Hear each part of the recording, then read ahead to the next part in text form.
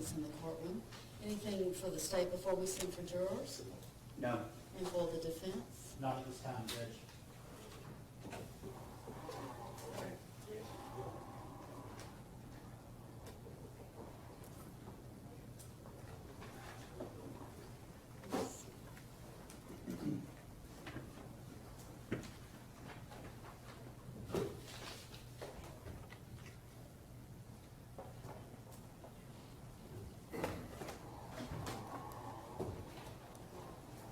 All right, for the jury, please.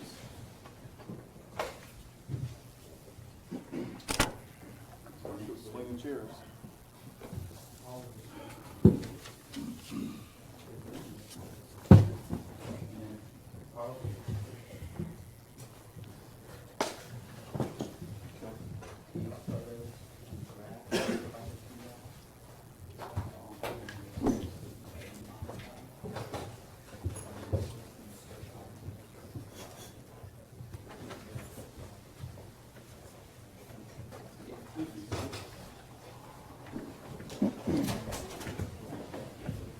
Good morning, ladies and gentlemen. It's good to see you bright and early. We are ready to resume the trial of the case. Call your next witness, please. Brani. Brani. Brani.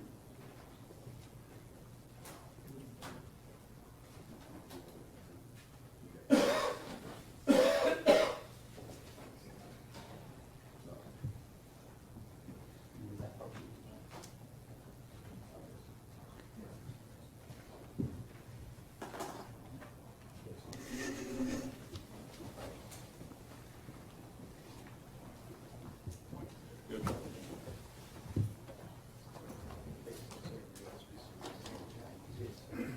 I'm sorry.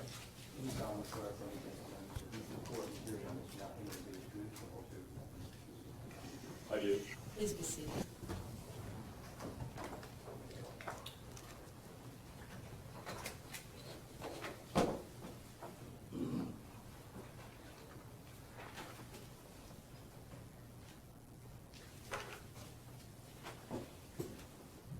All right, once you're comfortable, if you will, state your first and last name, and let's spell that for our court reporter as well. My name is David Michael Brani. The last name is B-R-A-N-I. And where are you employed, sir? I'm employed with Applied Technical Services in Marietta, Georgia. And that's in Cobb County? It is. How long have you been employed with ATS, or Applied Technical Services? Full-time since about 2004. And why don't you explain what ATS is? It's an independent test lab that has a variety of engineering services.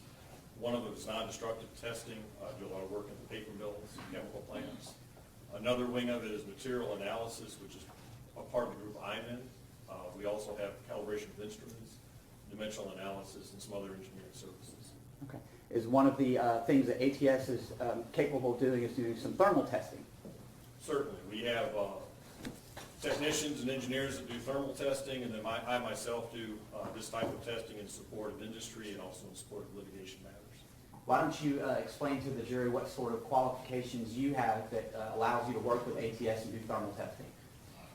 Part of my background, I've received a 4-year degree in engineering, mechanical engineering from the University of Florida. Later on, I attended Georgia Tech and received through a PhD. My emphasis in graduate programs was the thermal sciences, which is thermodynamics, heat transfer, and fluid mechanics. Many of the things that I've done in this work I'm presenting today is related to the world of heat transfer, essentially, somewhat also fluid mechanics. Other areas of background, I had taught for about 11 years at Southern Polytechnic State University in their Mechanical Engineering Technology Department, and many of the same principles of engineering that apply to this I've applied in the classroom. And then also my work at ATS, I've had numerous occasions to use the type of instrumentation I was using for the testing that day in support of other, again, legal and non-legal matters over the years. And do you have a PhD as well? Yes, I do, a PhD from Georgia Tech. Can you explain what the PhD is in? It's in mechanical engineering, and again, as I said before, it's when you're in a PhD program, you can pick special emphasis of courses to take, and the primary emphasis for myself was again, the thermal science, it's fluid mechanics, heat transfer, and thermodynamics. In layperson's terms, can you explain a little bit about thermodynamics and what that means, what we're talking about? It's always difficult for me. Thermodynamics, as far as the relation to this, it's a little less. I think the primary subject would be heat transfer. But thermodynamics in general has to do with the behavior of fluids and other things as far as energy. So think of your home air conditioning system. Thermodynamics relates to helping a design engineer design a system for heating and cooling, things like that. And what about heat transfer? How does that compare? Heat transfer is part of thermodynamics in the sense that if you have a air conditioning refrigeration system, at some point you're transferring heat from the refrigerant system, for instance, to the outdoors. That's that unit outside that when we hear it dies and the compressor breaks, we all have a bad moment. The heat transfer issue then is the fluid that holds the coolant, the refrigeration system is trying to give up heat to the outside, and that's a heat transfer problem. And that's where the nature of heat transfer, if you will, kind of morphs into the world of thermodynamics.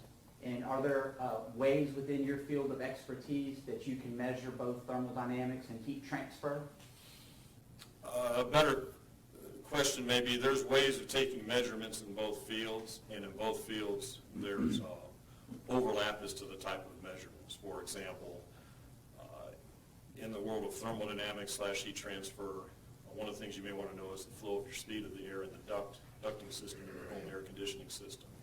So you can take measurements to record that flow rate. Obviously, another one is temperature. You may want to keep track of temperature within the duct system to see how well we're cooling the air. Another would be pressure, for example, within the system. But there's a variety of techniques that are common to both. I want to focus on that middle one that you just talked about, temperature. Do you have devices at ATS that are capable of documenting temperature at various locations? Yes, we do. A variety of instrumentation. In this particular matter, I chose to use thermocouples. In addition, I had a temperature humidifier recorder, which is a separate type of device for measuring outside temperature. And have you testified as an expert before in thermal testing and in heat transfer science? I have, essentially, yes. At this time tendering Dr. Brani as an expert in thermal testing and heat transfer science.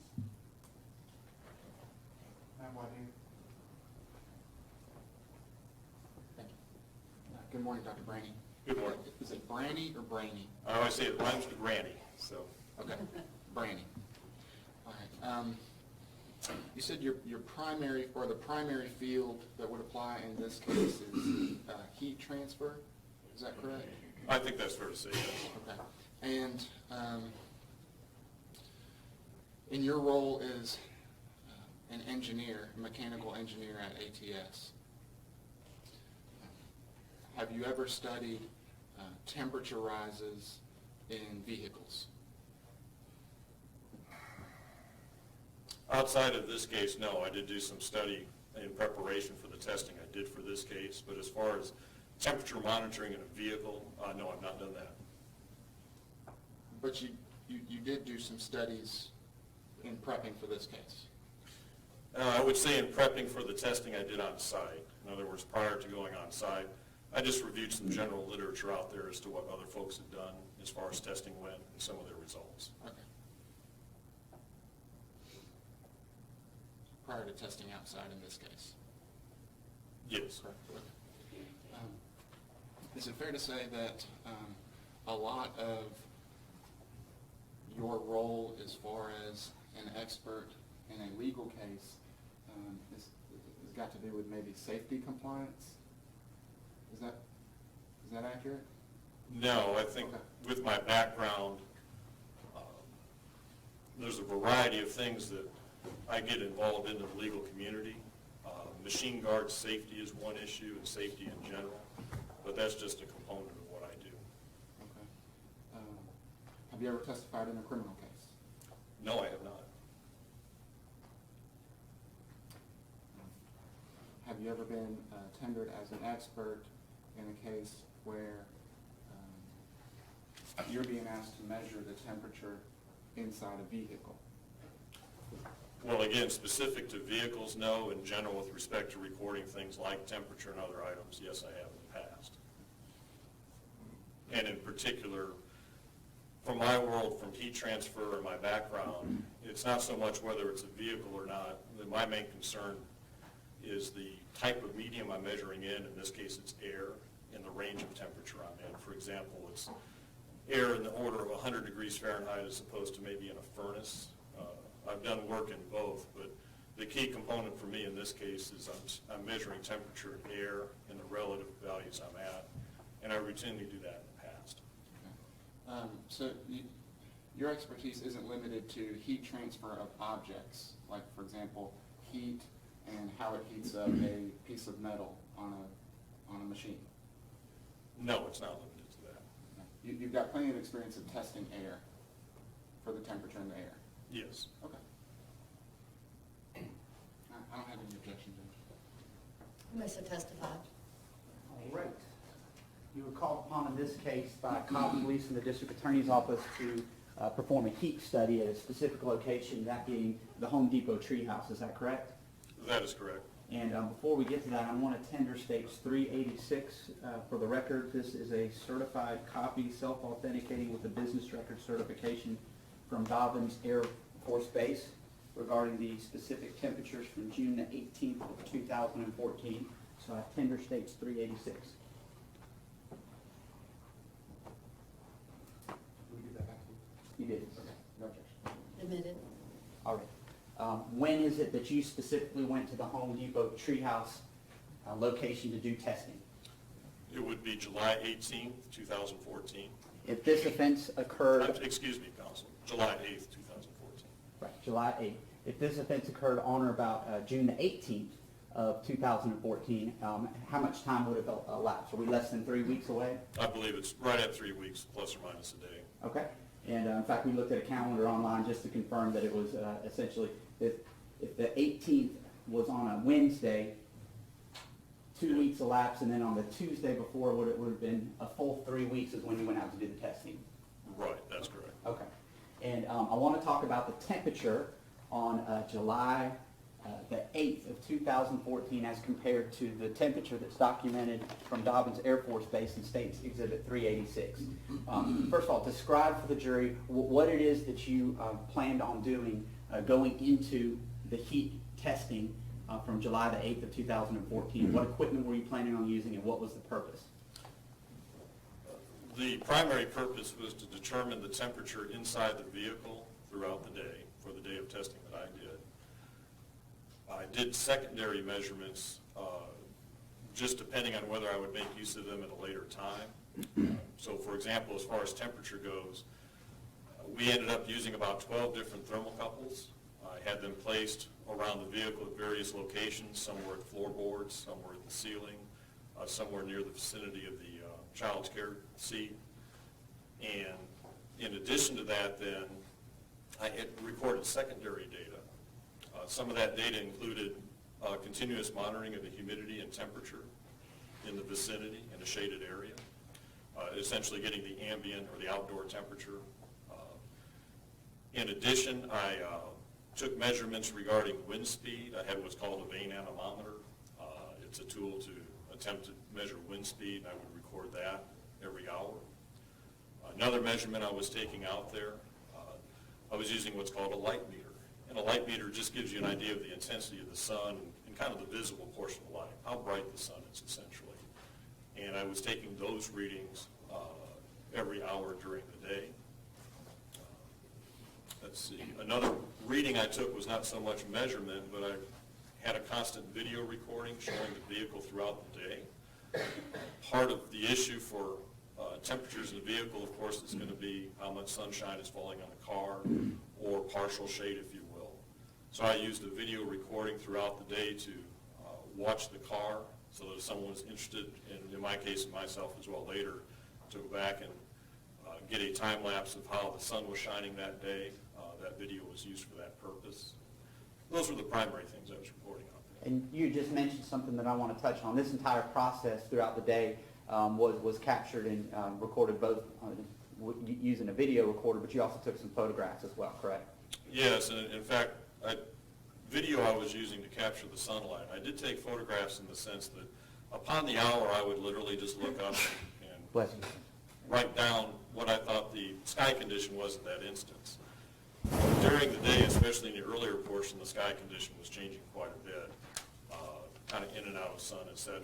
So one of the things I would do at those time frames is I would aim my camera to the sky and take photographs to capture qualitatively what the sky was doing. Now, during this process, were there investigators with the Cobb County District Attorney's Office and Cobb County Police present to monitor what was going on? Yes, there were individuals from Cobb County out there with us that day. And were you allowed access specifically to a Hyundai Tucson with a car seat in it so that you could put the thermocouples inside and measure the heat rise inside of that vehicle? Yes, on a previous date, I went to the Cobb County facility where I had access to the vehicle, and at that point we set up our various thermocouples within the vehicle. This is a few days prior to the testing itself. I'm going to show you a series of photographs, 381, 382, 383, 384. Are those fair and accurate depictions of the Tucson that you tested at the Home Depot Treehouse location from July the 8th of 2014? Yes, they are. You had a chance yesterday to look at State's Exhibit 379. Yes. And looking at 379, which for the record is a thumb drive, does it have the digital photographs of what we just referred to as 381 through 383 contained thereon? That's my recollection, yes. Okay. And in addition to that, after completing your testing, did you prepare a graph that showed the heat, the temperatures from the monitors, the sensors on the car seat, and would it be helpful if that was displayed to the jury so that you could describe what your findings were? Yes, I did prepare the graph, and I think it is a good illustration to discuss the temperatures. Looking at States 385, is that graph that shows the three temperature gauges that were placed on the car seat that monitored the temperature throughout the day on July the 8th of 2014? Yes, it is. And then going back to 379, there's a digital version of this graph as well. I think it's PDF form, is that correct? But what I looked at on the thumb drive matches what I'm seeing in the paper. All right. This time, Judge, I will tender 381, 382, 383, 384, 385, and then 379. Admitted.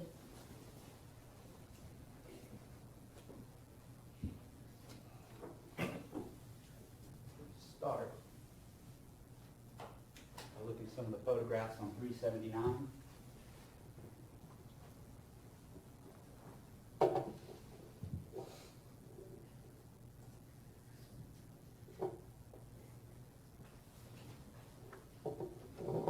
Can y'all see that or no? Can you move it closer?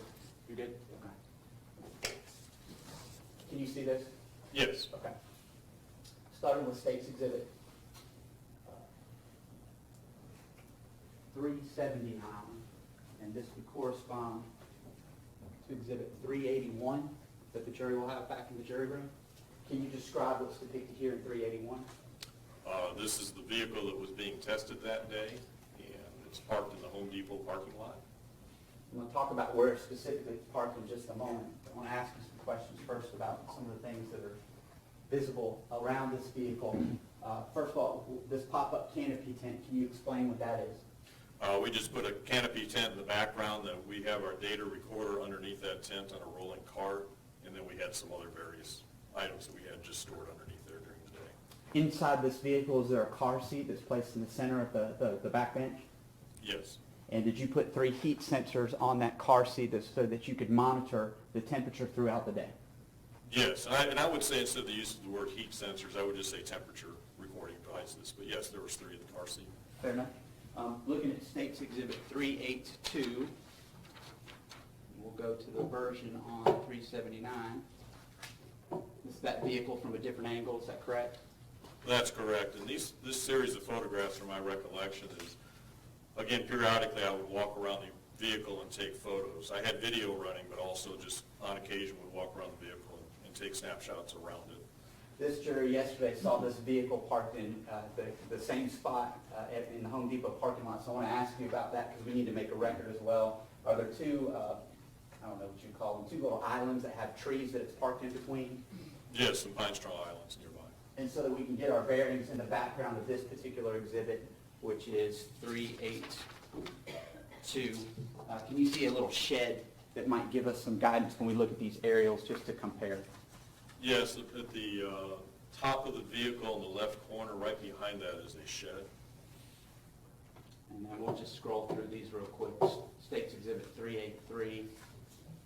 That's the vehicle from the front, correct? Just to confirm the location of where it was placed, correct? Yes, this would be more of a view looking from the Home Depot building that was in the parking lot back towards the vehicle. And of course, these observers here, one of these observers here in the courtroom is one of our investigators of the Cobb DA's office. Do you recognize these? And is this one of your employees or assistants? That may be from this distance, I believe that's Eric Monroe. That's an engineer that was out there assisting me. We're now on State's Exhibit 384, just from a different vantage point, is that correct? Yes. And then this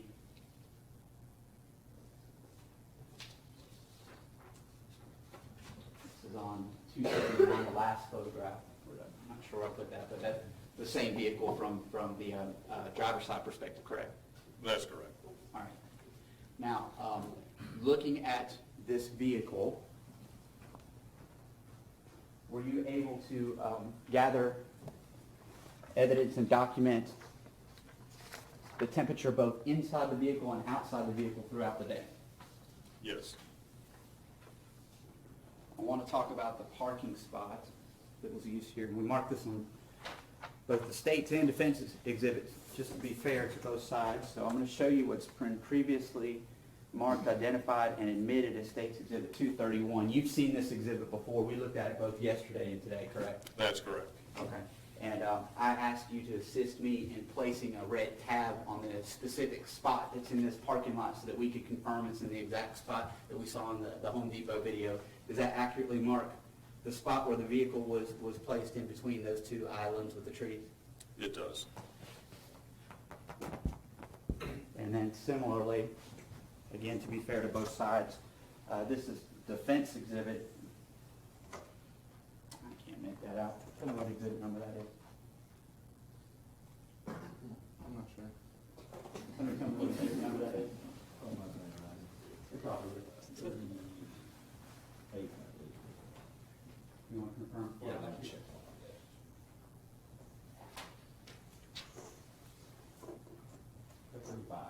35? Did you want to maybe fix that?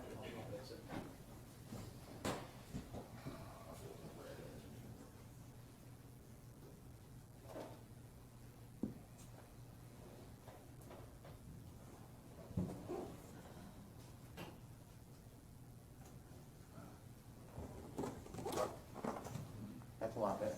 Look at it, states, defendant's exhibit 35, the aerial that was produced by the defense. This is the same parking lot, correct? Yes. All right, and having looked at both of these exhibits, is that the same spot that's depicted here on the photographs that were shown to the jury, as documented in the Home Depot video that was seen yesterday? It is. Okay.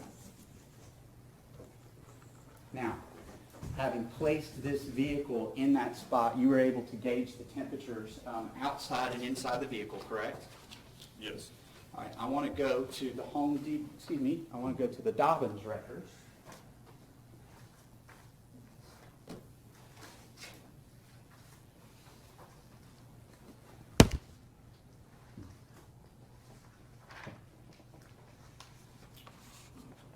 Third page back. The highest temperature listed on the Dobbins records for June the 18th of 2014, it's about 92 degrees. The average here in the last column converted temperature is 91 degrees. And it's got a time as well, local time, which would be about 1558. What's the hottest it got on July the 8th, 2014, less than 3 weeks after this date, to have a comparison? Based on my data, it was 91 degrees Fahrenheit was the maximum outdoor air temperature. Okay, so 92 on June the 18th per the Dobbins records, which would be State's Exhibit 386, about a degree off in terms of the temperature just 3 weeks later, correct? On the maximum, yes. And did you document the temperature throughout the day on the exterior of the vehicle so we can have a comparison to what the actual temperature was from June the 18th of 2014? I did. We were using a thermocouple system for the interior temperatures. I was using a separate device for the exterior humidity and temperature. And that recording system makes a paper chart essentially. So I have a paper chart showing the variation in outdoor temperature throughout that day. All right. Let's go through some of these times just so we can have a comparison. Do you have those notated in front of you? And I want to start with the morning temperature. So if the Dobbins records show local time around 9 o'clock, 78 degrees, give or take, what was the temperature that you had? 78.8 is what the Dobbins records show from July the 8th, or June the 18th. Yeah, so at 9 a.m. on the day of my testing, the outdoor temperature was 80 degrees Fahrenheit. Okay, so within a degree or so, but 78.8 from the Dobbins records, correct? It speaks for itself, but yes. Okay, let's go to noontime at 11:58 per the local records, 386 from Dobbins. Temperature here is 86.0. What's the temperature that you documented less than 3 weeks later? We were at 88 degrees Fahrenheit at that time. Okay, so a couple of degrees different. Let's look at 1 o'clock. I've got 12:58 local time here. What temperature did you show? The Dobbins records show 87.8. We were at 88 at that point, and at about that time, the recorder itself, the temperature shortly after 1 o'clock jumped from 88 to 91 within about a 15-minute period, 20. Okay, so let's look at that 91. That's the peak time for the day that you did your testing, correct? That's correct. All right, so at 15:58, which would be almost 4 o'clock, 3:58 in the afternoon, Dobbins records show for June the 18th of 2014 could be as high as 92, but the average in the last column was 91.4. What's the temperature you gauge on your testing from July the 8th? It was 91. Roughly the same testing temperature then? Well, again, it's from a heat transfer standpoint for this issue, essentially the same, but again, a degree or two off depending on the... And then I want to talk about 4 o'clock, closest temperature we have to 4 o'clock on June the 18th of 2014 per the Dobbins Air Force Base records would be 15:58 hours, which is 3:58 in the afternoon. What was the temperature you gauged there? 91 still. Okay, and this is 91.4 here in the last column, correct? That's what that sheet's showing us. All right. So now having established that it's essentially the same temperature outside July the 8th of 2014 as it was on June the 18th of 2014, I want to ask you about the temperature readings inside the vehicle. How did you gather the temperature readings from the car seat inside the vehicle? Well, again, we use thermocouples, and essentially a thermocouple, there's various styles, but it's two wires. In our case, they're twisted together, and what happens is the electrical resistance of the wire changes with temperature. So there's a low current going through the wire. The data recording system is tracking any essentially resistance or voltage change, and it converts that to a temperature. So these individual twisted wires that I placed at various locations, in particular for the car seat at 3 different locations. I want to take a look at what's now still displayed for the jury of States Exhibit 381 from thumb drive 379. For most of the day that you were there documenting the measurements of the temperature inside and outside of the vehicle, was the vehicle in direct sunlight? It just depends. It was not in any sunlight until about 10 o'clock in the morning. Up until that point, the neighboring trees were shading the vehicle from sunlight. Starting at 10 a.m., sun started to reach the front of the car.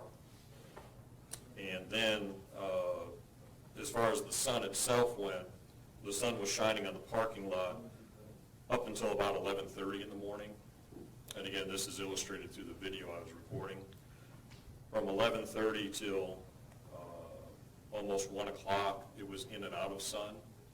But then we had a period of time from about 1 o'clock until 2:30 where it was pretty much direct sunshine. As is depicted on the photograph in front of the jury? Yes, that would be representative of direct sunshine, if you will. All right, and when did you begin the actual testing or the actual recording of the temperature inside the vehicle from the car seat? We began our recording at about 9 a.m., or yes, 9 a.m. Prior to that, was the vehicle, did you run the vehicle and turn on the air conditioning so that you could create a circumstance as if the vehicle had just been parked there?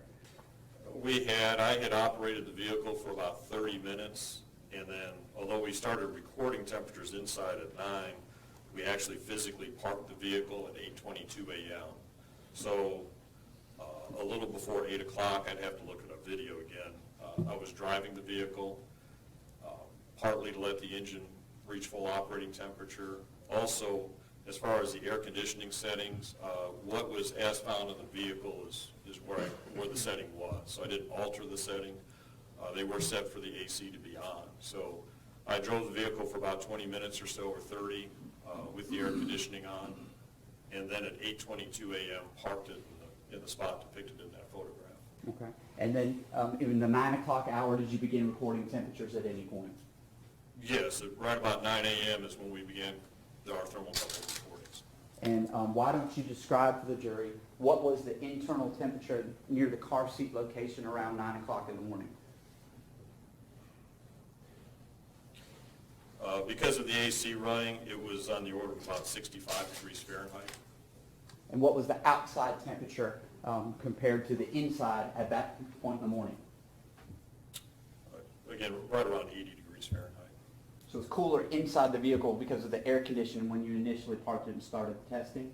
That's correct. All right. And now I want to ask you, did you see a progression throughout the day of the temperature inside the vehicle rising until the point that you ended your testing? Yes, and essentially two different progressions. Initially, there was a certain slope to it, and then later in the day, as I said before, after about 1 o'clock, the sun was bearing down pretty much direct full time, and temperatures continued to rise, but at a faster pace at that point. Having established that initially the car was cooler on the interior than the exterior temperature, can you please articulate to the jury when it is that those temperatures matched up with each other in the day? In other words, when did the temperature inside the vehicle match the external temperature of the day? Right at about 11:35 in the morning. 11:35. And what temperature did you have at 11:35 in the morning? Both at the car seat and the exterior was at 88 degrees Fahrenheit. I want to ask you about a particular point in time, around 12:30, 12:45, were you able to gauge the temperature inside and outside of that vehicle at that time? Yes. What was the external temperature at around 12:45 on the day of your testing? About 98 degrees Fahrenheit at the car. I'm sorry, at the car seat it was 98 degrees Fahrenheit, and on the exterior it was 88. 98 degrees At at the car seat. 12:45. Yes. And then I want to ask you, doctor, when is the first time that the interior of that vehicle rose to a level above 100 degrees?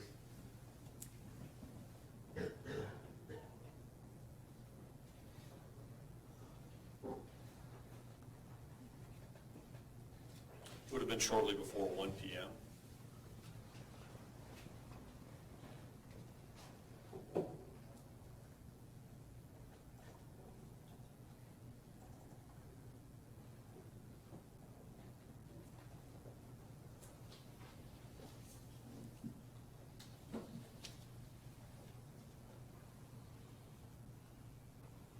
Do y'all see this? All right. Doctor, I'm going to have you step down for a second. I'm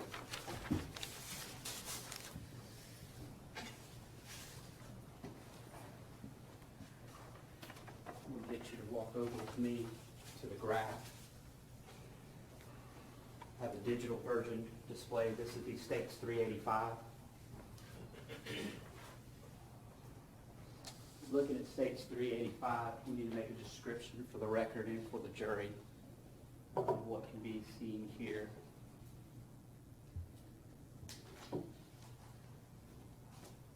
What's the left-hand column that the jury is looking at here? What does that depict? That's gonna be the air temperature corresponding to each of the graphs. Okay, so we start at air temperature 55, and the highest that would be on here is 145, is that correct? Yes. And then the bottom part of this graph, describe what this shows for our jury, please. This is just a timeline, so each marking is denoting. So if I want to know a certain time, say 10:13, I'd come up, hit the graph, come over and read the temperature. You have a key in the upper left-hand corner of this chart. Describe what that key depicts. It's just verbiage to remind myself of where the thermocouples were, so in the order of the key is in the order of the graph. So the top red line, this would be a thermocouple placed above the child seat at forward end of the child seat. How about the light blue line? The light blue would be also above the car seat at the foot end of the car seat. And then this last line, I'm going to call it, what, purple? Sure. So the bottom line, I took one of the thermocouples and twisted it in the fabric of the car seat. And notably, your results showed that the temperature basically tracked each other at the different points of the car seat. Is that accurate? That's correct, and the other thing too, as I mentioned before, I had a variety of thermocouples in there, so I also had thermocouples near the ceiling of the car and the floorboard. And that data I also looked at one point just to get an idea of how the data was tracking. Because these three are about the same height in the car, they track together. If you looked at a similar series of graphs at the top of the car, they also track together at a higher temperature, and then of course the floorboard at a lower temperature. And you say, of course, the floorboard, because it's lower and heat rises, would you expect that it might be a lower temperature of the floorboard versus a higher point such as the car seat or maybe even a visor? So that's the heat transfer principle. Okay, so these three are actually focused on the car seat itself, since that's the subject matter of this particular case, correct? That's what it's displayed, yes. And here at 926, what can be displayed here? What does this graph indicate to you in terms of what's happening with the temperature inside that vehicle near the car seat? Simply again, that because of the AC setting, the car seat area is on the order of 65 Fahrenheit, maybe a little less. And what it's showing is once we park the vehicle, and again, the AC has been off now, that now the outdoor air being warmer than the inside, the car seat area is beginning to warm up now. And then I want to look at some various times here. I'd asked you specifically about 1245. That would fall in between two times that are basically dead center on your graph. Is that correct? Yes, that's fair to say. So let's take the low and the high. At 12:34 p.m. using your graph, you can move up here and let's see, is that about accurate? No, it's touch screen. You can touch basically where it is. Right. And what was the temperature that you documented around that time? Well, again, as you can see around that time at 12:34, at least above the car seat area, it's at 95 degrees Fahrenheit. And then, because I want to focus on that period of time, around 1250, if I'm getting that up right. 1250, we've risen about 3 degrees to 98. And then I want to talk to you about reaching the temperature in excess of 100 degrees. About what time did you find that in your documentation as you were recording the temperatures inside the vehicle?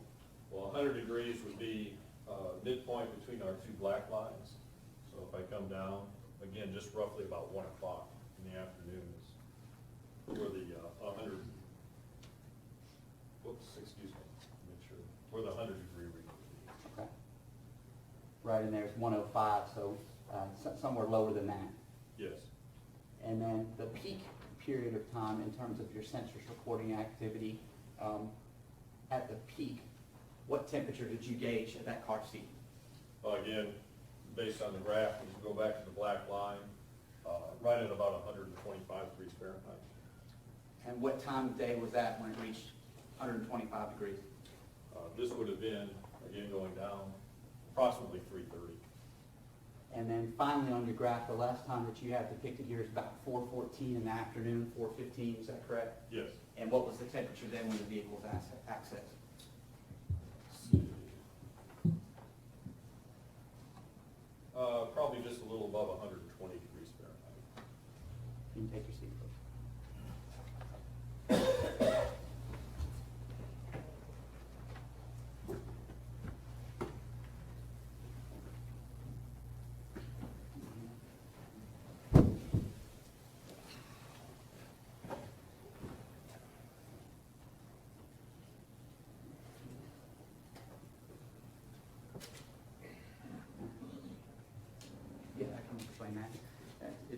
It's a good point. Some of our jurors may not be familiar with Cobb County. I sometimes forget that we're not home in Cobb where people may know what different things are. Do you know what Dobbins Air Force Base is? I do. Okay, and just explain where is that in terms of Cobb County? Dobbins Air Force Base is just a little south of Marietta City proper. With relation to the Home Depot property, it would be north of this site, and I believe a little bit to the east. Okay, so it's very close, certainly within the county where the Home Depot treehouse is located. Is that correct? Both are within the same county, and relatively speaking, it's a close data recording station. A pretty easy drive to each other, correct? Yes, All right. except for Atlanta traffic. Yes, sir. I think that's all I have at this time. Cross-examine, please. I just have enough No. to get all my house in order.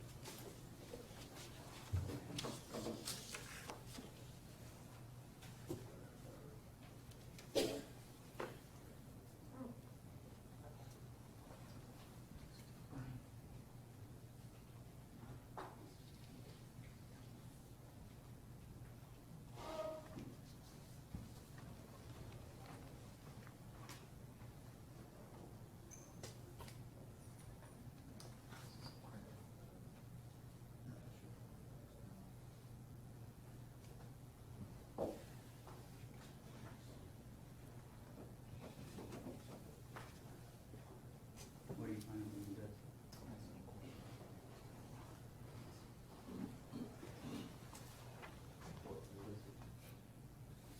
Dr. Brani, I'm showing you what's been previously marked as Defendant's Exhibit 46. You recognize that as the sheet or the page on your Excel spreadsheet that you created of the external data.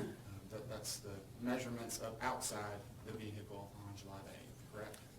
Not quite. It's, there's two things going on. This sheet is from my spreadsheet. The primary it's showing here is the individual data points I recorded approximately every 15 minutes. I think I said before, every hour. This would be wind speed, our light meter readings, sky condition. Also included on that is a snapshot of the temperature values that I read off of our data recorder. But the actual data recording temperatures were in the chart portion of the recorder. So this data is data I took, and this is from my spreadsheet, though, yes. I will move D46 in evidence. I don't have any objection. That's your work product, is that correct? It's part of my file. Yeah, Yep. I don't have any objection to that. Submitted. And I'm showing you what's also been previously marked as Defendant's Exhibit 47. I'm showing you a one-page supplemental police report from Cobb County Police Department.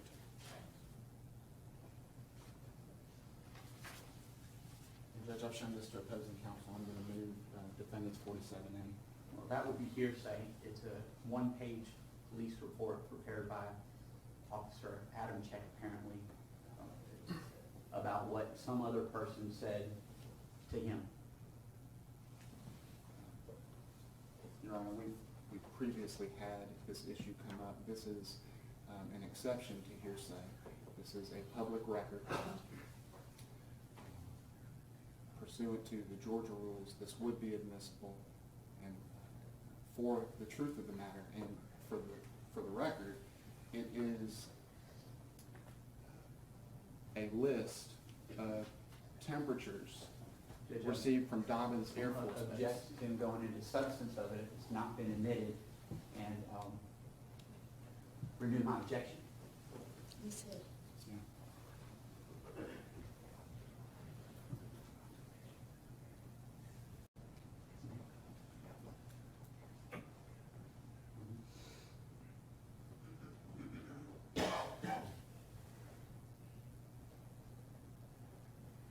I sustain the objection. Your Honor, may I make a proffer?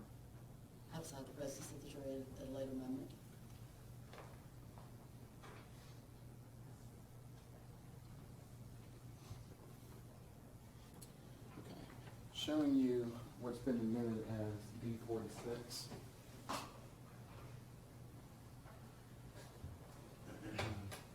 You talked about how it doesn't simply have the data points for temperature outside, but it also includes measurements for wind, correct?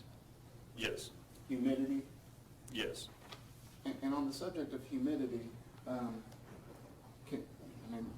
perhaps we all know from our common experience, but just from a scientific standpoint, can you explain how humidity affects temperature? In general, humidity, if it was relatively on the high end or it's a very moist environment, it may affect heat transfer in the sense that you get condensation like you would on your car this morning, and that would affect heat transfer.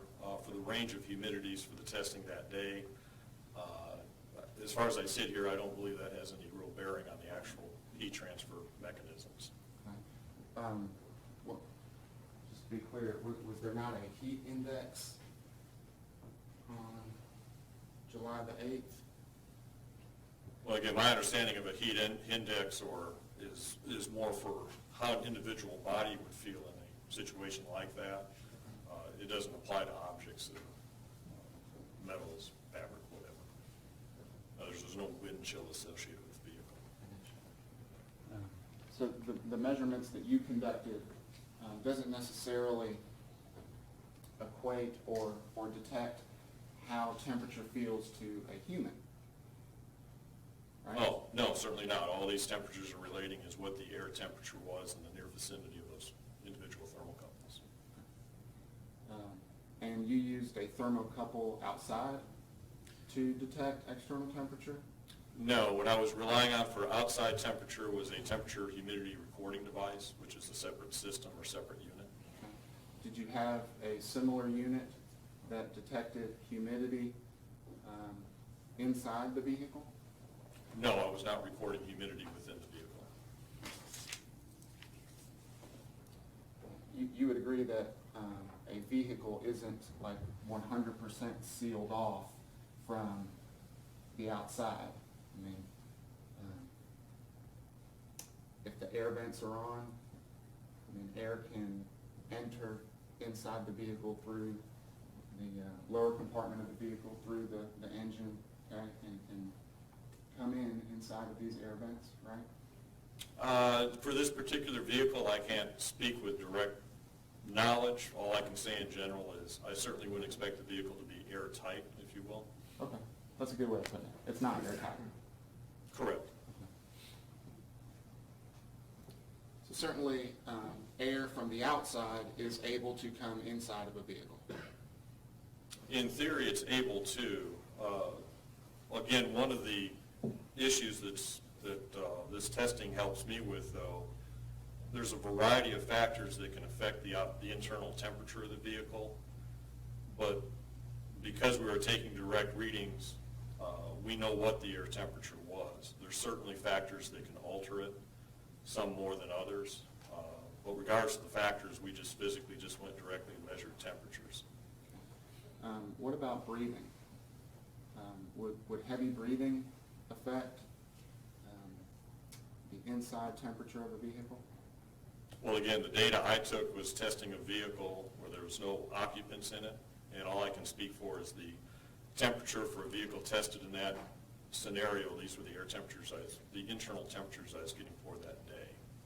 As far as whether or not, the question you've asked, I don't have any idea either way. That wasn't part of the testing I was doing. Okay. Now, in preparation for setting up the testing in this case, you testified that you tried to read up on some literature. Did you look at any other experiments that measured humidity inside of the vehicle? No, the only ones I recall looking at were dealing with reporting on temperatures. Do you know if those temperatures accounted for humidity or heat index? Again, all I can recall is the recording of temperature. But no, with regard to humidity, I'm not aware either way. As far as preparing your protocol for conducting this test, you met with the district attorney's office, correct? Yes, in particular, Bob Tressel is my first point of contact. You emailed with Bob Tressel, correct? Yes. If the trial team had questions about your data, you would communicate through Mr. Bob Tressel. That's correct. You met with members of the Cobb County Police Department. Just in that I think that I'd gone out to the Cobb County facility where the vehicle was stored, and I believe in addition to Bob Tressel, it may have been one other person associated with Cobb County there. And then again, on the day of testing, we had, I believe, at least 2 different people from Cobb County that were out there at some point during the day. You remember this gentleman sitting here on the front row, Detective Phil Stoddard. Do you remember him on scene on July the 8th, 2014? I do.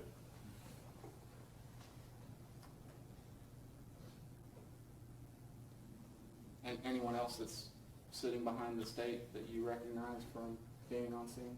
Not immediately, but in one of the photos we showed earlier, there was a female, and she was, my understanding is she was with Cobb County.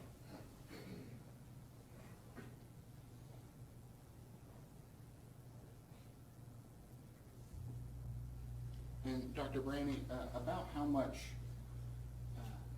time did you put into your work in this case, total?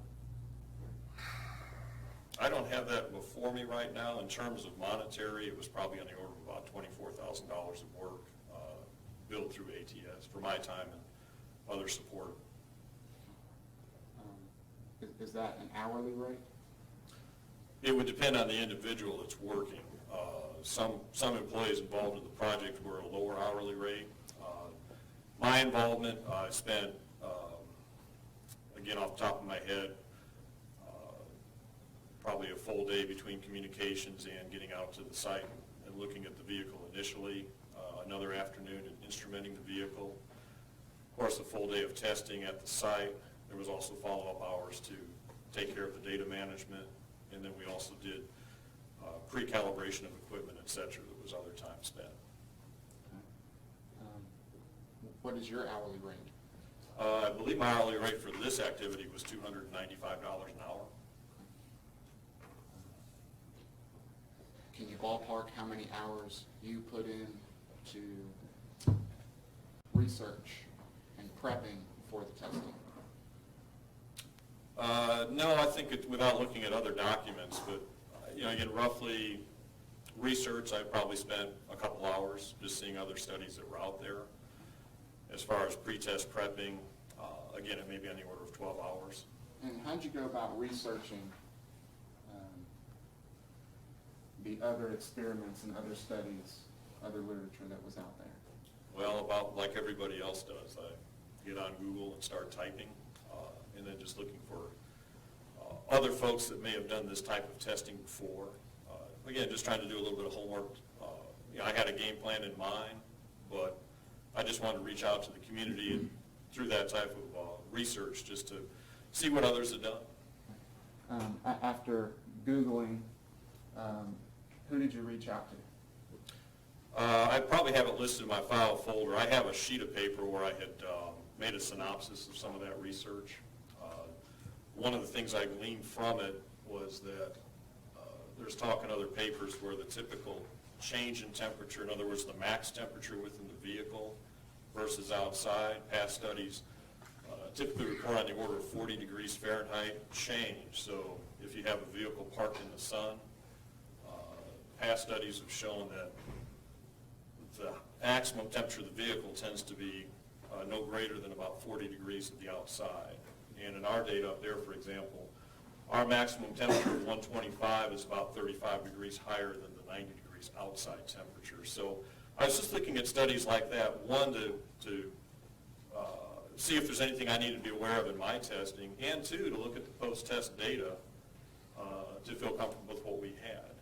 So that's some of the usage of that search, though. Okay. So do I understand your testimony to be that at the conclusion of your testing and you got your results, you compared it to what the other literature and other research out there was? At one point I did. And really just one particular study with the Delta T. There was a study, I believe, was done in Australia. Okay. And my recollection is that our temperature tracking was consistent with their findings. Do you recall the name of that Australian study? Not off the top of my head, but again, I'm not relying on that study for the opinions I have here today. Sure.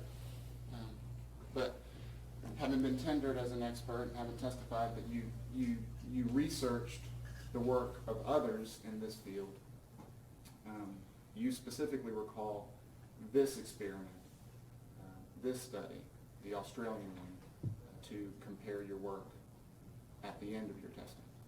Well, again, compare in the sense of it was another study done. Of course, it's not going to be the same vehicle. I don't recall exactly where their thermocouples were placed in relation. Again, it's just a back of the envelope check to see how our data look compared to other folks. Did the Australian study use thermocouples? My recollection is they did, yes. You remember what year? No, I don't.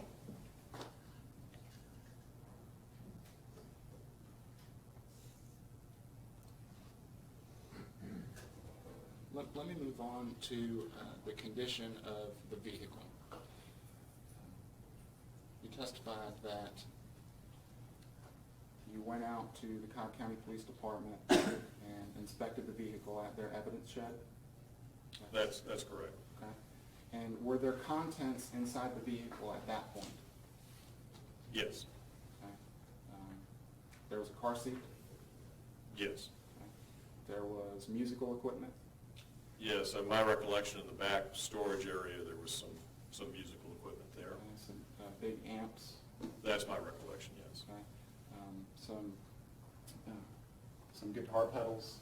Did you see that? I didn't recall specifics, but I did take photographs at the time, so photographs in my file would give an indication of what was in the vehicle at the time of my initial visit to the Cobb County facility. And in the process of setting up your thermocouple wiring, in order to keep the wires fixed in the spots that you wanted, you had to wrap them around things, right? Fixed objects within the vehicle, Yes, like the rear view mirror, correct? certainly. In fact, the rear view mirror was one of the data points that you had selected. That's correct. There's a thermocouple that's wrapped around the visor, right? Yeah, my recollection is that, again, one of the things I did is when we placed the thermocouples, I took photographs of each thermocouple as to how they were placed on the vehicle. So that type of information I recorded, so if someone wanted to know that answer. As far as specifics, memory, I can't recall each specific instance as to how we wrapped or tied or whatever, but the photographs would show that. Did you review the photographs that you took prior to your testimony today? I have not. Just the 3 or 4 that the state admitted into evidence? Yes, that's correct. You set up thermocouples on top of the car seat, correct? Yes, in fact, it's a report that I provided to Cobb County, and my understanding was provided to defense. There's a photograph depicting the 3 thermocouples near the car seat as far as how they were arranged and secured. You testified that one of them is actually twisted and inserted inside the cloth of the car seat, correct? That's correct. There are 2 that are kind of floating above the car seat, right? Yes. Okay.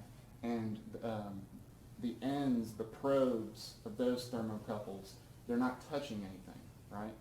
That's my recollection. They're not touching an object, so the temperature that it's detecting is in the air, correct? Yes, in fact, that's true of all the thermocouples in the vehicle, Well, the thermocouple that is with the exception of the cloth. I'm sorry. embedded in the cloth, it's touching the cloth, right? That's correct. And so when heat is absorbed in the car seat, in the cloth, that thermocouple is going to detect the heat being stored inside the cloth, correct?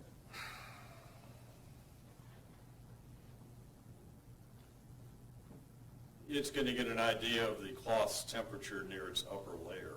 The general premise of this car is it's complicated in the sense that you have a variety of materials, and each material by their bulk can retain a certain amount of energy. So for example, as the sun is shining on the vehicle, the reception of that heat from the sun depends in part on the material itself. Certain painted colors absorb heat differently than the sun from others. Likewise, those objects in the vehicles, whether it's a car seat or a seat in the vehicle, as they're receiving heat from the sun, they can also store. They have a capacity to store heat. So you have all these objects within the vehicle that are reacting differently from the sun. In turn, those objects, as they're being heated, they're interacting with the air in the vehicle. So you have all of this heat transfer between things. And at the end of the day, the data we were after is just simply what was the air temperature in the near vicinity, for example, of the car seat and these other areas I just instrumented up. As far as being embedded in the cloth seat, because it's not truly just out in the air, you're going to have a difference because of the solid cloth seat, etc. So yeah, an object is going to behave differently if you were looking at the temperature. If you're looking at the temperature below the car seat a little bit, it would be a little different than the air. And because you were measuring a vehicle with an empty car seat that didn't account for humidity inside that vehicle, you'd agree that your experiment, your testing, wouldn't account for the heat that comes off and emanates from a human being and is stored inside that car seat and is circulating within the compartment of that vehicle. I think from my aspect of it, that particular issue, obviously we didn't have someone in the vehicle. From a just general heat transfer characteristics, if the item in the vehicle is a warmer temperature than the surrounding air in the vehicle, then that's acting as a heat source to the vehicle. So in our testing, our primary heat source as the day progressed was the sun. Early in the morning, if you have a body in there, they're going to be adding heat to the vehicle. So that's one factor.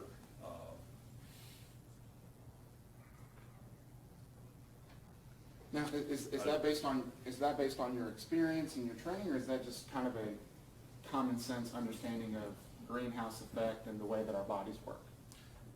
Based on experience in the sense of, I'm not talking so much of a person now, but just of an object at a temperature. So if I were to take an object and place it in the vehicle, let's suppose that object was 100 degrees Fahrenheit. Well, in the morning, the vehicle temperature started out in the 60s because of the air conditioning. So if a body is in the car and it's at 100 degrees Fahrenheit, just to pick a value, it would be adding heat that would not have been captured during my testing. So in theory, the temperature may be a little warmer where that body was. Just an aspect like that. Okay. And what about like a big amplifier box that had been sitting in the car for who knows how long?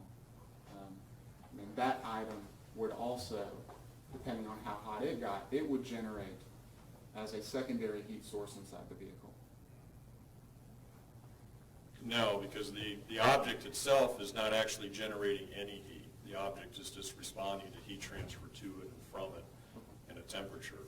A human body is actually generating heat. If you can think of if I had a bucket of water and the water was being heated, that bucket of water is serving as a heat generation.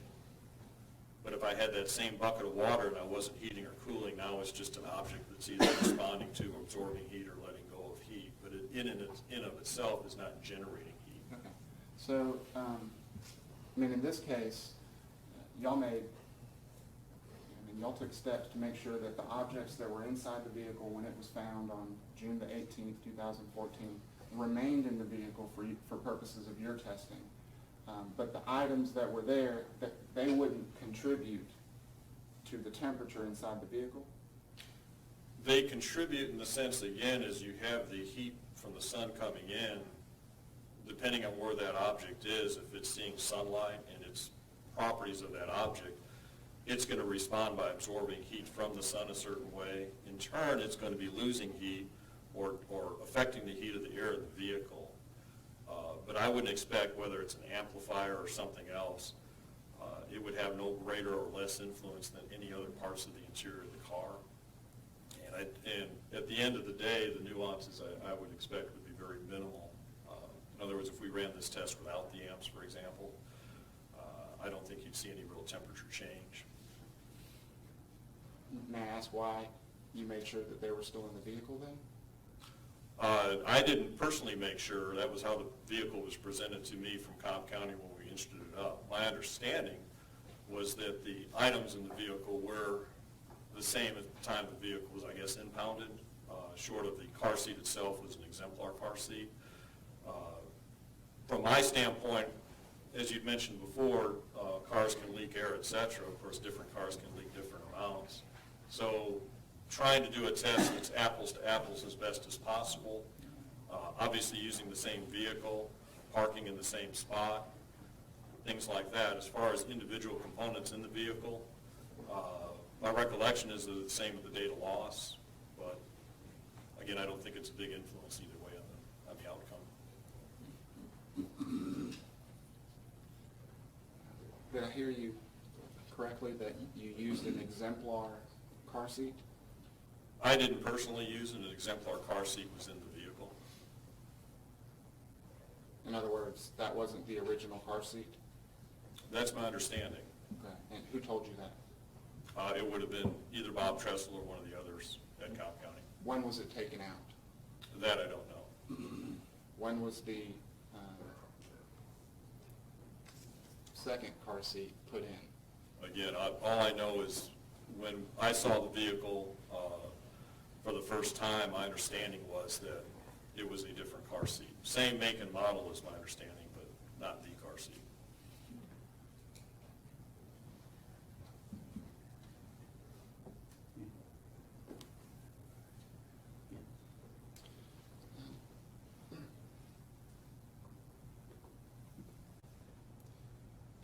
In preparing your report, is it, having reviewed it, is it accurate that you operated the vehicle, Mr. Harris's SUV, for approximately 30 minutes and then parked the vehicle at 8:22 in the morning? Yes. Okay. Whose decision was it to drive the vehicle for 30 minutes? That was my decision. So there wasn't anything about the drive time and your decision to drive for 30 minutes that was done to replicate anything on June the 18th? Only in the sense that my understanding was the vehicle had, of course, been driven for some period of time before it being parked. So what I did is pick a time where I felt that the engine had fully come up to temperature and the AC had a chance to fully air condition the cabin. Were you made aware that on the morning of June the 18th, Mr. Harris drove from his home to Chick-fil-A, parked, went inside and had breakfast with his son for 15, 20 minutes, got back in the car, and then drove to the Treehouse parking lot? I had an understanding that at some point they had gone to the Chick-fil-A as far as exact timelines and what actually was done or whatever. I don't have any knowledge on that at all. I just knew in general the vehicle had been operated before it was parked there. But I wasn't taking into account that exact timeline of the decisions I was making for my testing. Okay. I mean, you really have no way of knowing then if the starting temperature for your testing was similar to the starting temperature on June the 18th at the Home Depot parking lot. Could you repeat the question? Sure. On June the 18th, when Mr. Harris shuts the door and goes into work at 9:25 in the morning, you don't know if the starting temperature at that point is similar to the starting temperature for your testing at 8:22 in the morning on July the 8th. If there's that hour difference, I would not. On the other hand, essentially, from the testing that I did, at some point, the air in the car, the conditioned air, of course, it's being heated. At that time, the sun's not on the car yet. So at some point, the car is attempting to reach the same temperature as the outside. But I do want to point out, just to be careful with how this data is read, is whatever is really happening before 11:30, it's dictating what temperature the car would have been at that time, but it's not affecting what happens in the afternoon time. By the afternoon time, from a heat transfer standpoint, those initial factors of the car are no longer in play. So what we're talking about here is if the vehicle was parked an hour later than when I parked it, I would expect the vehicle at that time to be cooler than my values, because if the AC had been on. So I would expect the interior of the car to be less on the day of the incident than it was on the day of my testing, based on what you're telling me as far as when the car was parked. I'm not sure I understand how we need to be careful about reading your data points in the morning and then not having an effect on the temperatures in the afternoon. So that the jury understands your evidence, why should they be careful about looking at your data? Just be cautious about how to read it. In other words, if I've turned the vehicle AC on at 9 in the morning and had it running, and I shut the vehicle off then, when I get to 1 o'clock in the afternoon of the day of our testing, it's my experience in heat transfer and thermodynamics that residual cooling has long been taken care of, essentially. So running the AC an additional hour, for example, and shutting down, it may make a difference in the vehicle temperature in the near frame of time that morning, but as time progresses, that gets washed out by the other heat transfer effects. But and to be fair, you weren't made aware that Mr. Harris was running his AC for an hour before he parked his vehicle on June the 18th, 2014.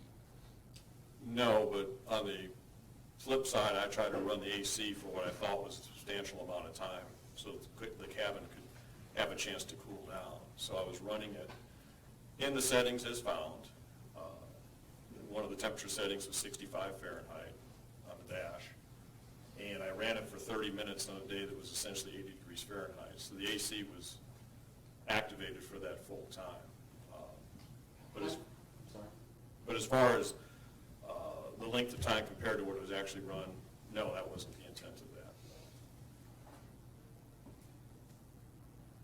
What's nice about Georgia is that the temperature and the weather can change in an instant. We've experienced that. But there are times in the summer where the mornings are very, very comfortable, correct? And then there's a pretty extreme rise in temperature throughout the day, correct? Well, again, in general for the weather, it's sure. You had no idea Mr. Harris was actually running his air conditioning the morning of June the 18th, 2014, did you? Well, again, all I can tell you is that was the settings as I found it on the vehicle when I did my testing. And those were the settings as you found the vehicle after Mr. Harris got into his car after 4 o'clock on June the 18th when it was a very hot summer's day, correct? That's my understanding, is the last setting would have been late in the afternoon. And the Dobbins Air Force Base temperatures have been admitted in the evidence. It's a lot hotter at the end of the day than it is at the very beginning of the morning. Well, again, though, for my testing,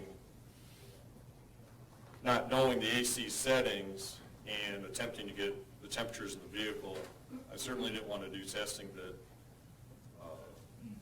I wanted to get a conservative value. So I knew that running the air conditioning, for example, would tend to drive down the temperatures in the early morning than, for example, if I just ran the heater. So my choice was just to run the air conditioning, knowing that that would be conservative as far as how the vehicle air temperature went in the morning time.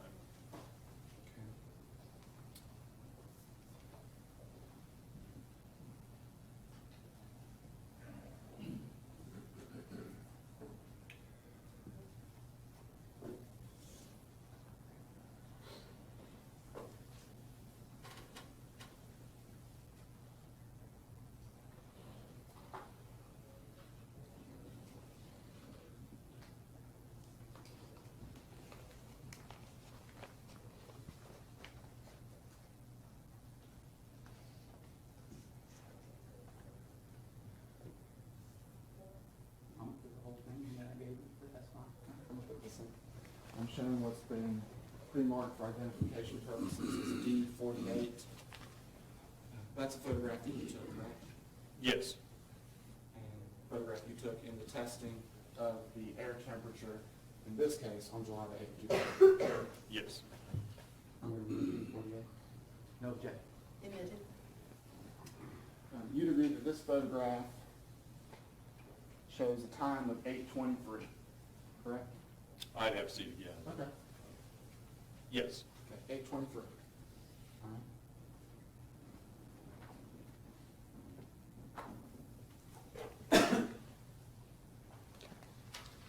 And you notice that there's a reading for the outside temperature there, Yes.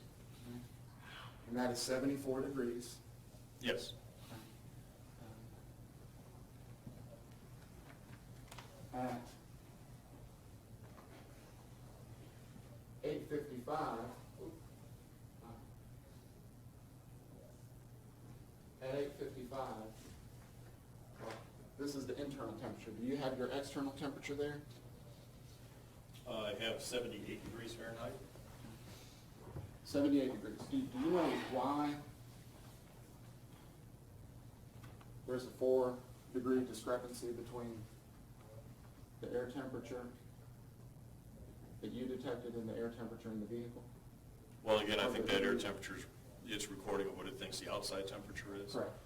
No, I don't. I can tell you that based on my own vehicles, quite often when I look at its recording of the outside temperature, it seems to differ from what's being reported on the radio, for example. But as far as why there's a difference there, I don't know. Okay, fair enough. Depending on what you're using to detect temperature, you may not get the same result, right? Same reading. Depending on where the monitoring's being done, yes. And looking at your chart here, you agree that at between 9:11 and 9:26, the car seat has been cooled down to just above 60 degrees? That would be the thermocouple that's above the air above the forward part of the car seat. I mean, that's pretty cool. And typically in the summer when we're running our AC, we wouldn't lower our homes down to 62 degrees. Well, again, all I can tell you is that I started with the AC setting that I had. I let it run for 30 minutes. I'm trying to recall how comfortable or not I was in the vehicle time. I recall it was cold. But as far as whether or not that's a low temperature cabin for someone driving at that time of day, I don't have a thought either way on that, because that really doesn't affect the opinions I have. But it was certainly cool in the car when I exited that morning. And you've been provided no information, no evidence that on June the 18th, 2014, that the car seat was cooled to just above 60 degrees. Well, again, as far as evidence of what the temperatures were on the actual date of loss that were truly in the vehicle at the time, I do not. It's possible that if someone had not run the AC as its lowest setting, for instance, in the morning, then again, I think this is the more conservative, that the cooler temperatures I'd expect at the car seat would have been in the 60s as we're talking about. Certainly if someone's in the cabin adjusting for morning, it may be higher than that. They may not even have the AC on at all. Well, yeah, that's correct, yeah. In other words, if the AC is not on at all, you may have temperatures that are more akin to the outside temperature of 80 degrees Fahrenheit.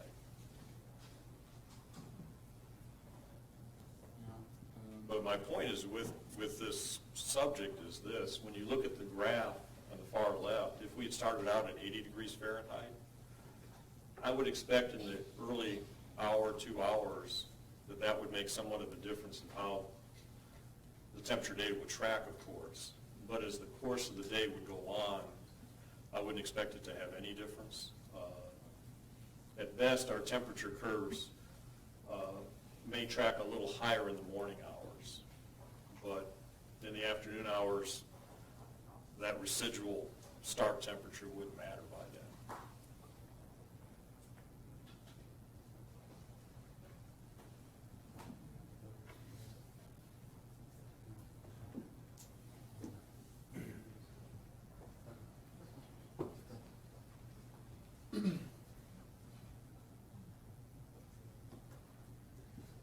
I believe you testified that this parking spot that Mr. Harris parked in was mostly shaded throughout the morning, correct? Until 10 a.m. Until 10 a.m.? Did you notice the layout of this parking lot? When you were driving it for 30 minutes, and so that the jury understands, you didn't take this Tucson outside of the parking lot and traversing the busy Atlanta traffic? No, we stayed within the parking lot. Okay, yeah. So you were doing basically laps around this parking lot for 30 minutes? Yes. So you got a really good view of all these parking spaces, right? Not necessarily. I was primarily just focused on driving the vehicle. Okay. Driving safely, I guess? Certainly. Okay. Did you adjust the mirrors at all to make sure that nobody was coming behind you, or that you weren't going to cut somebody off? No. Again, the purpose of the test, I was trying to leave the vehicle as close as possible as the as-found condition, so I purposely didn't do any adjustments like that. Right. Well, you agree that a spot like right here, can you see that, where my pen is pointing? Yes. Okay. It doesn't have 3 big trees surrounding it like the spot that Mr. Harris parked in. The photograph speaks for itself, yes. Right. And you would agree with me that the spot that Mr. Harris parked in, those 3 trees and the tree line behind it provided shade for that spot? Well, again, part of the data that I took was to run a video monitoring the car at all times so that the shade of the trees could be monitored versus the sun. And the bottom line is, for that particular spot, my knowledge is that the sun starts to touch upon the car at 10 a.m. As far as what happens at other spots, I don't have any recollection. I didn't record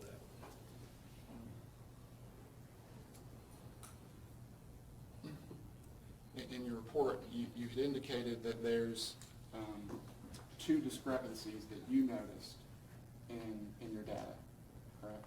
That's correct. Okay. And one of those discrepancies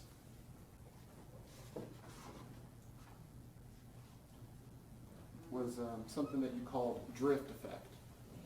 Yes. Simply put, is that a change in the temperature?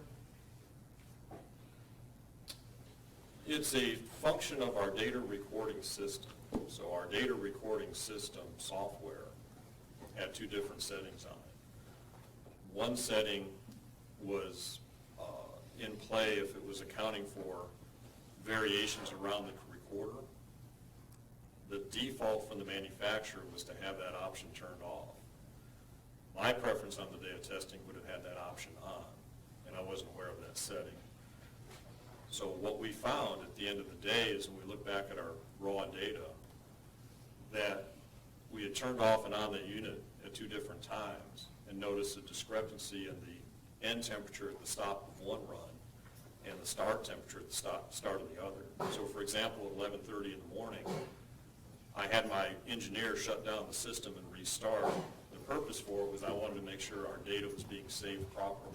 We'd been out there for about 2.5 hours, and out of caution, I wanted to make sure we were capturing the data. I didn't want to go the whole day and find out something wasn't being captured. To do that, we had to turn the software off momentarily, save the data, and then restart. And what I noticed when I got done with my testing the next day and looking at the data is that the end temperature at the end of the one run differed by about 6 degrees from the start temperature of the next run. And what council's bringing up, what I call drift in my report, is that after we discovered that, we did some extensive follow-up testing in our lab, had some contact with the manufacturer of the system, and what we concluded in our testing is because the switch setting was, the default was in the position it was, that the unit itself, all of the data would drift together, and it was over a time period. So the longer the unit operated, this drift would get more and more. So in our data set, after about 3 hours, the drift was on the order of 6 degrees. And the way to think about it then is when we restart the system, it's always reading true. There's no drift in the restart value. The drift is in the end value. So what you're seeing in the reflection of the curves here is we took our raw data, recognizing this drift, and put a correction in for it. And that's what this data represents. But the actual raw data itself, we had this drift in there. So after on the order of 3 hours, we have a 6-degree drift. And that's what I was reporting on my report to Cobb County, and my understanding to the defense as well. Okay. And it's your opinion that in all cases, when the unit, and talking about the unit, it's your testing mechanism, is initially started, the data recorded is unbiased, okay, and that's consistent to what you just explained to the jury. And as time progresses, the drift in data becomes more prominent, right? That's correct. It becomes less accurate. The raw data itself is straying from what the true values should be, yes. How do you know what the true values should be? Well, that was the fortunate side, is every time we restarted the system, we had a start point that we knew was accurate within the uncertainty of the reading equipment. And that happened at 2 different times. Essentially at 11:30 in the morning, we performed a restart, and again at 2:30 in the afternoon. So both at 11:30 and 2:30, there was no drift associated with the data at all.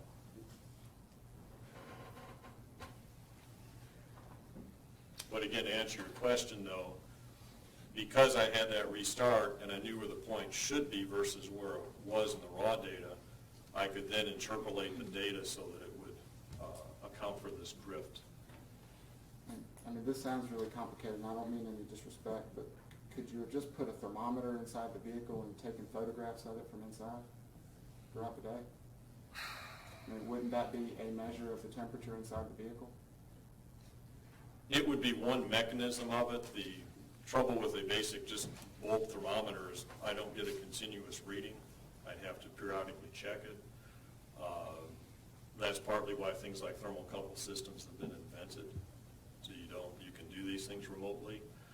Certainly in hindsight, there's all sorts of things. I certainly wish that default switch was set to accommodate for the drift factor, but it wasn't. So when I discovered this issue, out of abundance of caution, the last thing I wanted to do was provide misleading information, especially to those trying the facts.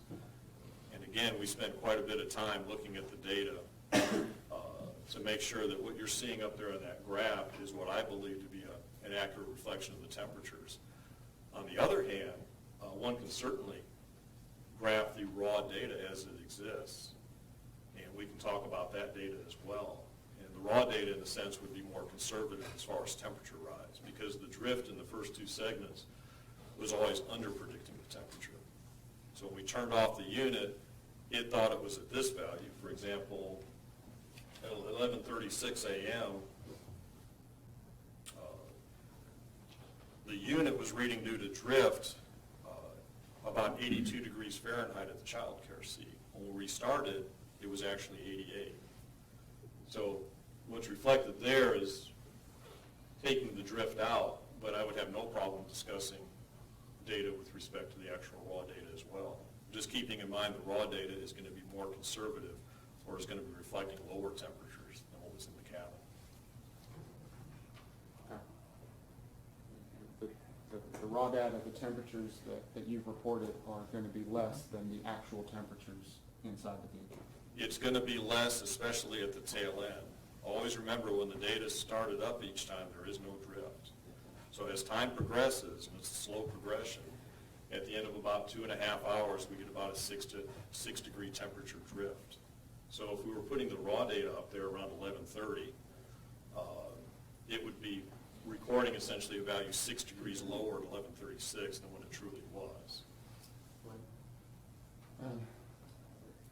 What I think might be difficult for members of the jury to understand is, based on your testimony, a vehicle can be closed, 3 hours can go by, and according to this testing, we should expect the outside temperature to be the same as the inside temperature of the vehicle. I mean, can you explain why that may not jive with just our own personal experiences? Again, all I can speak for is the testing we did that day. So for this particular vehicle, with the AC run for that period of time, that it took until 11:30 before the inside and outside caught up to each other. But again, one of the things I want to point out with this data is that the issues we're talking about in the morning, all these variables that could come in, whether the AC was run, whether the AC was not run. From my perspective, my academic training and background, I would not expect any of those variables to have any meaningful effect on the temperatures, especially in the afternoon. Except for a human being inside that vehicle and humidity affecting the temperature inside that vehicle. That is a variable that you didn't account for and would affect the temperature inside the vehicle. I didn't account for it, but based again on my understanding of heat transfer, the primary objects in the vehicle, they would not be affected by the humidity in the air. At one point in my graduate work, my thesis evolved around radiation and penetrating through the atmosphere. And a factor in that can be humidity, but based on that training and understanding, as far as this particular testing goes, whether it's 30% humid or 60% humid, which is relatively high for an outdoors, it would not really make any significant difference on the air recording temperatures that day. What may make a difference is if you have a body that can be its own generation of heat, and we've talked about that before. But as far as the overall effect of what the humidity was in the car, short of it dripping wet, it wouldn't make any difference in this study. Right, because inanimate objects they're not affected by the heat index. The heat index doesn't mean anything to a pen or an amplifier, but the heat index accounts for how humans feel when there is humidity and heat, correct? Well, again, my background is not relating air temperature to how humans would feel. That's somebody else's area of study. All I can tell you is on that particular day, without a person in it, these were the kind of temperatures that were occurring. When you were Googling to look at the literature, did you come across studies since the 70s that examined the internal environment of motor vehicles? I don't recall that specific. Again, I recall one report in Australia that it seemed to been done in the 90s or 2000s. But I didn't do any vast literature research of car vehicle temperatures. I just did a survey to help me understand and come up with a game plan. I already had a thought process, and that type of studies just reconfirmed what I was planning on doing with air temperature measurements as what others have done in the past. Did you come across a demonstration of Dr. Ernie Ward determining how hot it gets in a parked car, and over the span of 30 minutes, it gets to be over 100 degrees inside that vehicle? I don't remember a specific study. I have seen studies where there's discussions of, depending on the circumstance, you can have on the order of a 20 degrees Fahrenheit rise within a matter of an hour. Again, I use that just based on my own data. If you look at, when we get to about 1 o'clock, that's when the sun hits a period where it's shining continuously on the car for about 2.5 hours. And the graph speaks for itself, but you can see the rise in the curves responding to it. And again, the temperature rises on the order of about 20 degrees in an hour or so. So those studies, again, all I was looking for was just if there's anything that seemed out of context with the data I took, and I didn't see anything. As far as more specific things of human bodies and things, I just simply wasn't looking for that information at the time. Did you come across PSAs that have studied and discussed how dramatically hot it can get within a vehicle within 10 minutes, 20 minutes, 30 minutes? No, other than just confirmation that the temperatures that we achieved are not out of line with other studies. So much depends, again, it's depending on the air temperature outside the vehicle, depending on the type of vehicle, depending on what the sun's doing. All these are factors. All I can tell you, regardless of any studies out there, is this is a good representation of the temperatures on the day that I did testing. But not a good indication of how hot it was for Cooper Harris and how hot it was inside that vehicle. I think it's, Morning and afternoon of June 18th, 2014. I would disagree in that the temperatures displayed there were for July 8th, based on the weather reports of what was going on June 18th, 3 weeks later, 3 weeks prior. The key ingredients to me is outdoor temperature and the amount of sunlight lighting on the vehicle. And certainly outdoor temperature, as we talked about before, matched well with what's on June 18th. The other issue would be the sun. And I can tell you what the sun was doing that day. I haven't looked back for detailed studies on what the sun was doing on June 18th, but those are the two main factors governing the temperature in the vehicle. So discussions of what the cabin temperature was at the start of our test, to me that's really a non-factor for those temperature ranges. So yes, I would say this is useful information to help the jury better decide on their deliberations as far as what air temperature was in the vehicle at the time, short of the physical body being in it, of course. And I'm not suggesting that your test should have included a human being, or that you should have sat in there to see how hot it felt to you, but there is a way to measure heat index, correct? I'm sure there is. It's not something I've done before. But again, there's no point in me doing it because for this testing, I don't have a person in the vehicle. I'm just simply measuring air temperature in response to inanimate objects within the vehicle itself. I mean, there was no reason in my testing to consider heat index. And with all due respect, you were hired on a case where a child had died in a hot car. You knew that, right? Certainly. Right. And the whole purpose of your testimony and your testing is to give this jury an idea of the temperature inside that vehicle on June the 18th, 2014, where there was a human being inside that vehicle.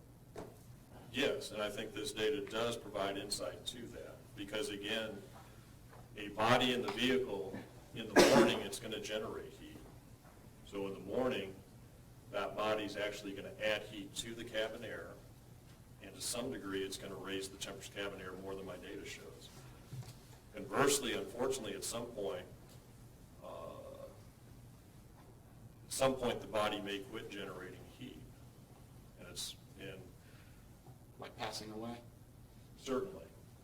But the bottom line on this is that whether there's a person in it or not, I personally wouldn't expect from my experiences in heat transfer that it would make a substantial difference in cabin air temperature, especially in general in the cabin. I mean, you may say, well, it may vary 3-4 degrees, for example, but certainly not on any real order of magnitude. So I think this data is useful to a jury. It certainly gives you an insight that if there's no object in it and you were to enter the vehicle at a given time, you know how warm the air is when you enter that vehicle and are placed in it.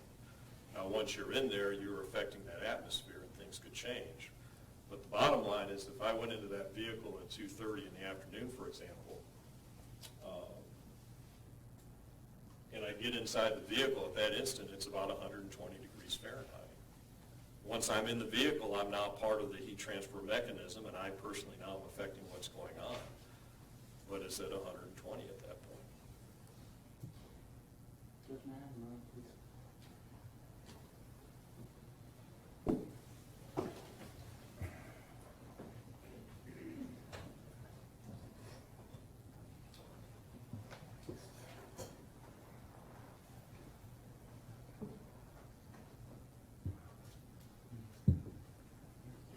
And just to clarify on that point,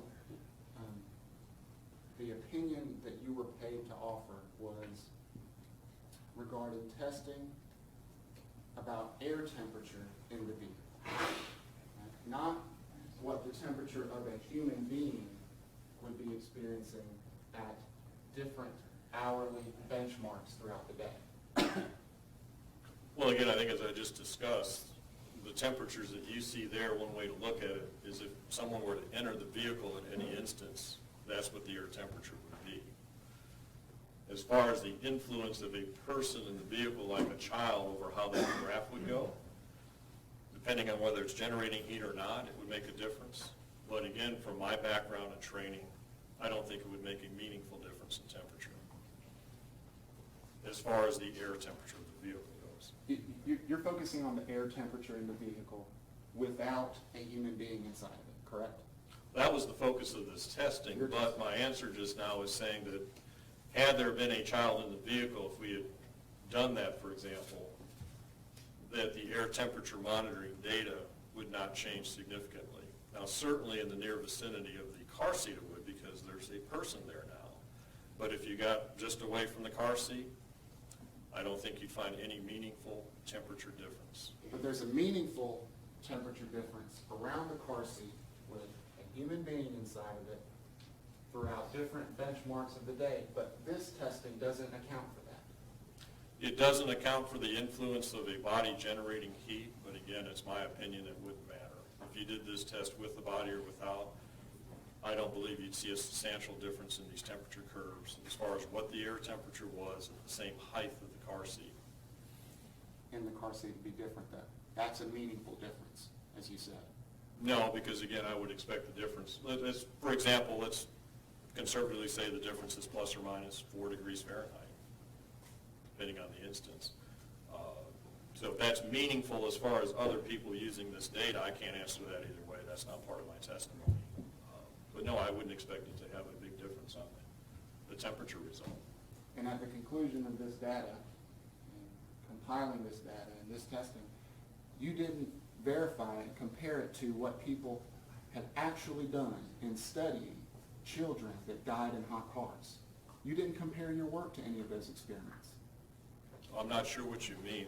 Are you talking about where they did experiments where they did testing with a human subject in the car? I'm talking about researchers and scientists that accounted for heat index, humidity, actually got inside of a vehicle with a thermometer, a real basic thermometer, and took photographs and videotaped themselves sweating and looking at the thermometer as it gets above 100 and whatever degrees within minutes.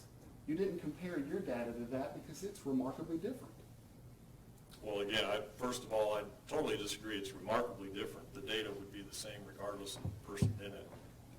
As far as doing that studies, very important factor in my world is I've got to be careful when I'm working with clients that I'm doing work that's within the scope of my abilities. And I'm a mechanical engineer. I work in the world of heat transfer within inanimate objects. As far as heat index and the way the body performs, there's certainly studies out there that are done, and there's expertise in that area that I don't have. So all I'm presenting in my work is what the air temperature would have been on the date of my testing. I'm also presenting that discussions of humidity and a body in the vehicle, I don't foresee that as making any real difference in the data. As far as how that relates to how a child would respond or a person would respond to that environment, that's outside the scope of my work, that's outside of the scope of my expertise, and that's simply why I didn't look into those issues. It would be inappropriate for me to do that and try to present that as information to those that have to make these decisions. I don't want to mislead you. Thank you.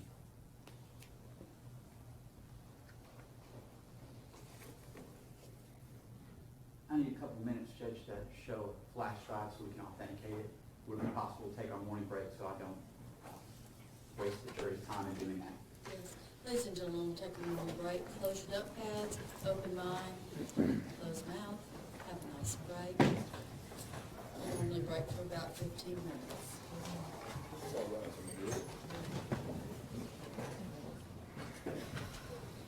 It's like step on way down.